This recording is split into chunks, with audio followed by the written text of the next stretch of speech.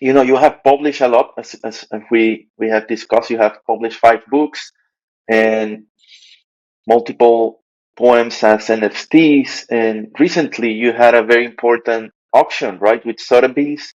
The first, I think, it's the first digital poem to be sold in Sotheby's in an auction, and it's called Court. And congratulations on that. I think it's a very, very, an important milestone. Can you tell us a bit about that poem in particular, and also the experience of being on Sotheby's and having this auction live, and follow the process and the results? What can you tell us about it?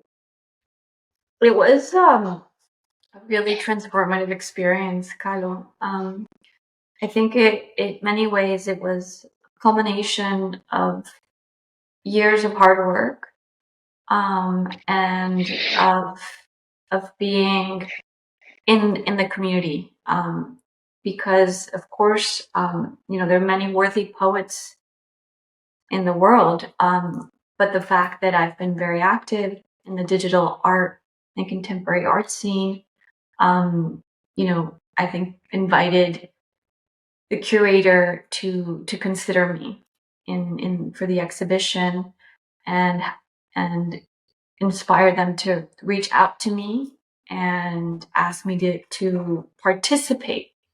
And that's a word that I use very often when I speak about poetry and contemporary art, which is I want us to participate.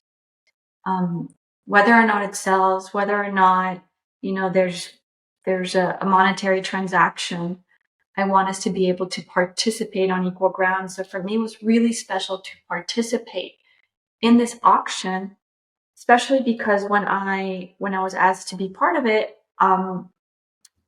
the curator said, there's a way to put only text, to inscribe text onto Bitcoin. And I love that because, as you know, my mission is poem equals work of art. Mhm. And usually these poems are visuals. They have sound, the words move on the screen. But here we are inscribing a text only piece of language Yeah. onto the Bitcoin blockchain. As the collector of the work said, the mother of all blockchains. Mm. And the work that I selected, I knew it had to be chord, because chord is a villanelle. It's a centuries old poetic form. It's very technically demanding, technically challenging.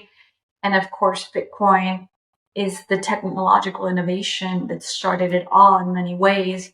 So I wanted to pay homage to that technological challenging nature of both the work Mm. and of the blockchain itself.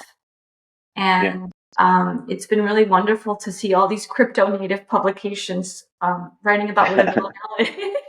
Yeah. Yes, it's yeah, exciting. I've seen you in the news. And yeah, I think it's because it's very, it's very innovative. On one side, you have the inscribing on Bitcoin, which is also kind of a very new form that was, I think it was the ordinal system was, if I'm not mistaken, I think it was created last year.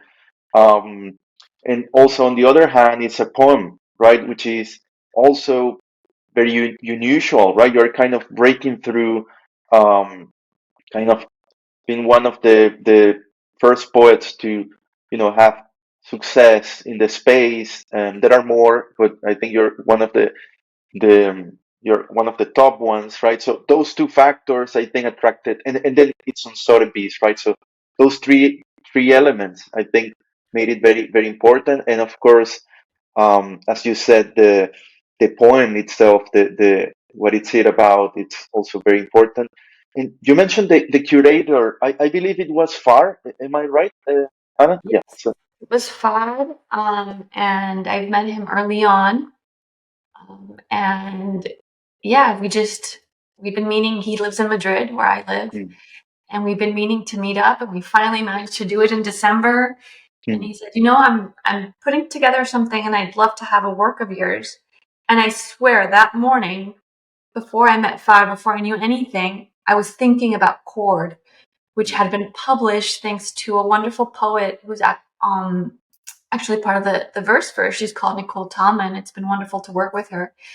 And we published this poem in a journal called the Blue Mountain Review. And Hmm. I was actually interviewed by NPR, and we spoke about the poem and Villanelle. And the poem is also about the ties that bind, the visible and invisible ties that bind. It references umbilical cords, but also the cords between families and those relationships, how complex they are. And I also thought about tying it to Web3, where we're all linked in visible and invisible ties virtually.